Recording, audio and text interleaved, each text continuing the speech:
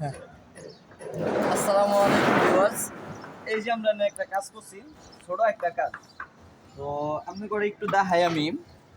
এই যে প্রথম একটা স্টেপ সিঁড়ি দিছে, 8টা সিঁড়ি দিছে, সিঁড়ির ধাপ দিছে।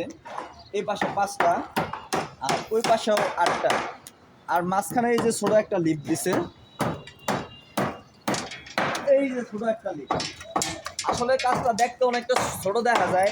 ছোট দেখা যাইলেও আপনার ওই পাশে যেহেতু একটা ডিম আছে, চারপাশে বিম আছে, মাঝখানে লিফট দিছে।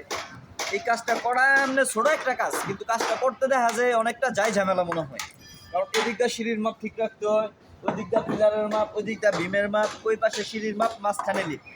তো এটা সম্পূর্ণ 100% ভাবে যদি কাজ করতে হয়, তাহলে একদম সবটি মাপ খুব কেয়ারফুল ভাবে দেখা এবং সতর্কভাবে এই কাজটা করতে হবে।